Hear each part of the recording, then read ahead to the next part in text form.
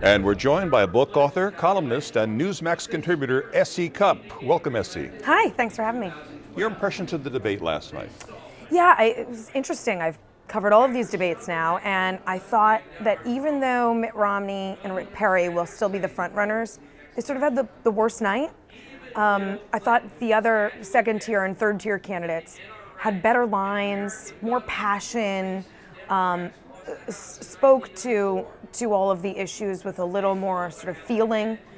And I thought Romney and Perry kind of stumbled through their answers and really spent too much time fighting each other. One more so than the other? No, I thought they both were kind of flaccid, equally.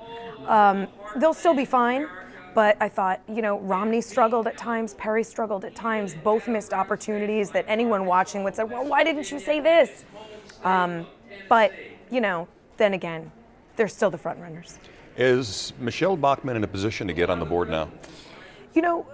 Congresswoman Bachmann still has a lot of support. I know her polling is down, but she won the Iowa straw poll. They're going back to Iowa soon. I would not count her out yet. Right now it's a two-man race, but if Perry or Romney make a big mistake, there's room for Michele Bachmann to surge. I'm not done with her yet. Well, she's certainly passionate about what she says. She is, and she speaks to certain issues in a way that no one else on that stage can.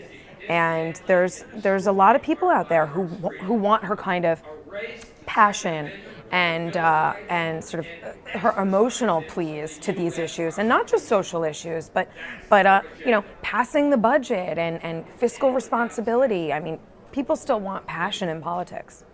She's got it. Florida Republicans, who do you think they're leaning in favor of right now? Yeah, it's really interesting, and I think you're seeing Florida play really big, both the debate in Tampa, Orlando, the convention coming up next year, because Social Security is a huge issue right now. And I think these entitlement programs, everyone's sort of thinking, what are we going to do about this? They've been the third rail of politics for so long. We've been ignoring them and ignoring them and ignoring them. And now we're broke. We are broke. And on the precipice of this cliff that we're going to be thrown off of if we don't sort of build a bridge at some point. So I think Florida Republicans are looking very closely at Romney and Perry and Bachmann and Herman Cain, who I know they love, and they're looking for leadership. Frankly, I think they are wishing someone like Rubio or even Allen West would get in. I mean, they really like those guys, and I'm not sure that they're that impressed with either Perry or Romney. Did Rick Perry hurt himself when he compared Social Security to a Ponzi scheme? Frankly, in its definition, it is a Ponzi scheme. You put money in, the money's been spent to keep the program running, and your money's gone. I mean, it is a Ponzi scheme. I think where he hurt himself was not finishing that sentence. He didn't say, it's a Ponzi scheme, and here's what I would do about it. He sort of left it out there and said it's unconstitutional. So the impression was that he would just end it immediately. He's since answered the question and says, we're not ending it immediately. And anyone on Social Security will still have that in place. We need to reform it, repair it, fix it. So I think he's adequately answered the question, but he didn't in the beginning. He just sort of threw his hands up and said, it's broken. Human element now. Herman Cain got a huge ovation last night when he mentioned that he's a stage 4 cancer survivor. Isn't that amazing? Yeah. What does that tell you? It's nice to hear. It was an interesting contrast. At one of the earlier debates, you had Rick Perry got a huge applause line when Brian Williams announced that Texas, delivered the most executions. It was an interesting contrast to see a huge applause line for Herman Cain, a cancer survivor. So I think it's really hard. The message is it's really hard to paint conservatives either way. I mean, people are people, and I think everyone is behind someone like Herman Cain for being a survivor and being a successful guy and a likable guy. He's a nice guy. People like him. They want him to do well. Is this Newt Gingrich's last stand? What do you think? It's weird. After every debate, a lot of people say, well, he won the night. Smartest guy in the room. You hear that all the time around Newt. And he really is smart. I've interviewed him a number of times. I know him pretty well. very smart guy.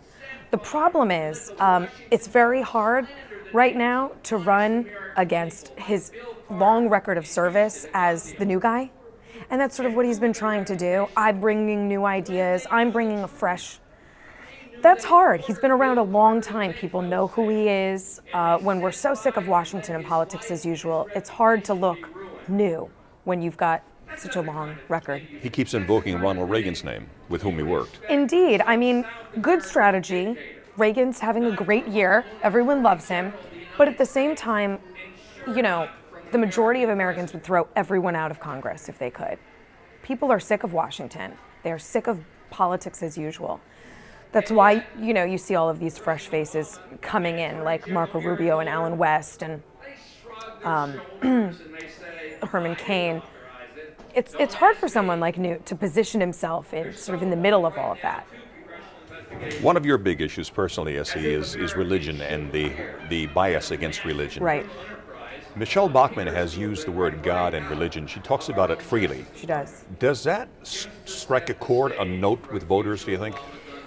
You know, both Congresswoman Bachmann and Rick Santorum talk to faith issues and social issues in a way that no one else on that stage has the courage to.